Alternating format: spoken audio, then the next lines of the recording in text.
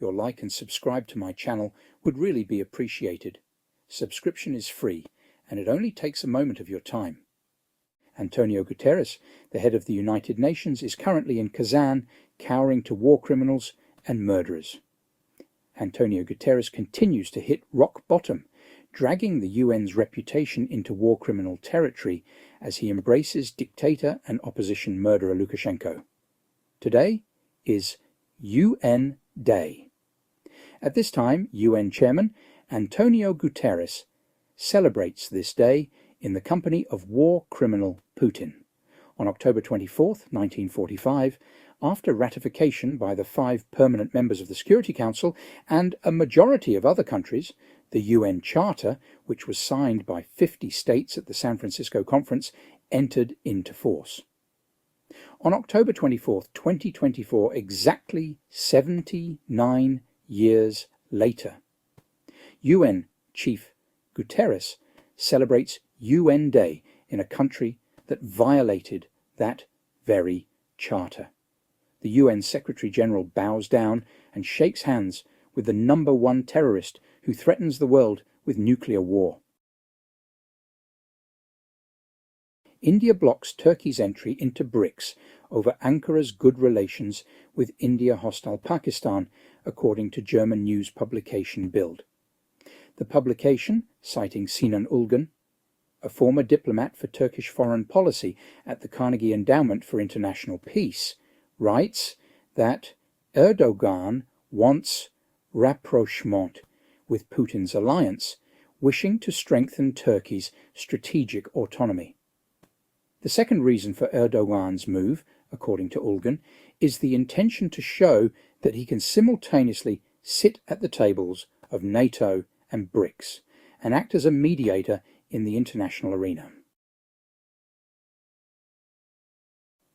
Turkish tyrant Erdogan arrived at the BRICS summit in Kazan with unplanned gifts. Turkey has doubled tariffs for tankers carrying Russian oil and blocked exports of more than 4 dozen categories of goods to Russia.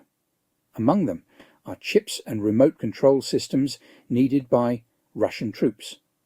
And the prices for tickets to Turkey for Russians have increased 10 times.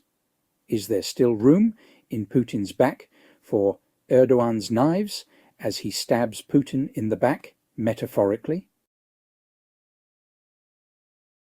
In China, the authorities have declared war on memes and wordplay that users use to safely discuss politics online. The Guardian writes, the Cyberspace Administration and the Ministry of Education of the People's Republic of China are developing a program aimed at combating incorrect and uncivilized speech online. The state-run People's Daily writes that various jargons and memes that confuse people have begun to appear more often on the internet. They have a hidden destructive effect on the everyday communication and ideological values of minors, which can easily lead to adverse consequences, damnation to the NAFO dogs. Russian Central Bank Chief Nabulina did not like the BRICS currency banknote that Putin gave her. Peskov called the banknote quasi-money that was printed by one of ours, admitting that it was the work of the Chamber of Commerce and Industry. The State Duma has ratified the Treaty on Comprehensive Strategic Partnership between Russia and the DPRK.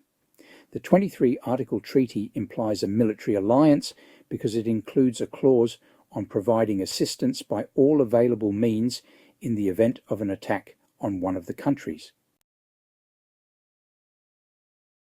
The creator of Linux has confirmed that it has suspended 11 programmers linked to Russia.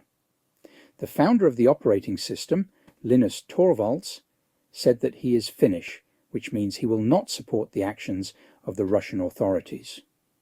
If you haven't heard about the anti-Russian sanctions, you should read the news sometime, he recommended. Former Deputy Energy Minister Anatoly Yanovsky has been detained in Moscow. He is currently being interrogated, after which a decision will be made on whether to bring charges. The detention is related to a case of fraud in the coal industry, the defendants of which testified against the former official, Kommersant writes. Janowski worked at the Ministry of Energy for more than 20 years. In 2021, he became an assistant to the head of the presidential administration. The UAE investment company Fundament Capital became the owner of 6.9% of the Moscow exchange. The company received 156,177,798 shares for direct control. Currently, the main shareholders of the Moscow exchange are the central bank with 11.7%, Sberbank with 10%, VEB with 8.4%, and the EBRD with 5.3%. The IMF predicts a sharp slowdown in the Russian economy. According to the International Monetary Fund, the Russian economy will grow by 3.6% this year and by only 1.3% next year. By 2029, the growth rate in Russia will slow to 1.2%. Next year, Russia will grow a third slower than developed countries at 1.8% and 3 times slower than developing countries at 4.2%, the fund's October forecast says. However, according to estimates from the Stockholm Institute of Economics, the Russian economy is not growing at all, but on the contrary, it is falling. For example, according to Rosstat, the Russian Federation's GDP grew by 3.6% in 2023, but calculations by Swedish scientists show a decline in GDP. Depending on the methodology used, it ranged from negative 1.7% to negative 10.8%. Note, the IMF based its calculations on fabricated data from Putin's statistic propaganda unit. Bad data in equals bad data out. Remember that. Increasing desperation in the drive for sacrifice in the Ukrainian meat grinder, more debt for the federal government and more debt to every Russian citizen. And we let Putin do this. In the Moscow region, a one-time payment has been increased to 2.3 million rubles for those who sign a contract with the Russian Defense Ministry. According to recruiters' calculations, the total payments for the first year of service upon signing the contract will amount to 4.7 million rubles. In more Putin mafia statecraft theft, there is news from St. Petersburg.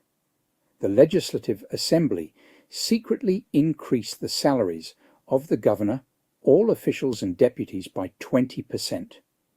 In addition to the legislative increase in salaries for the governor, deputies, and officials, they will all be subject to annual indexation.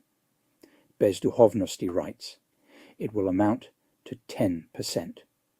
Thus, from January 1st, the salaries of the sovereign's men will increase by a third. That's all for today, folks.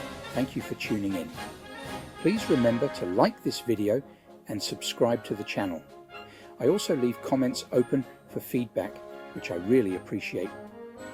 You can view my original posts in much more detail on Twitter. Follow me at beefeater_fella. My research threads also include full references and sources to speed up your own research.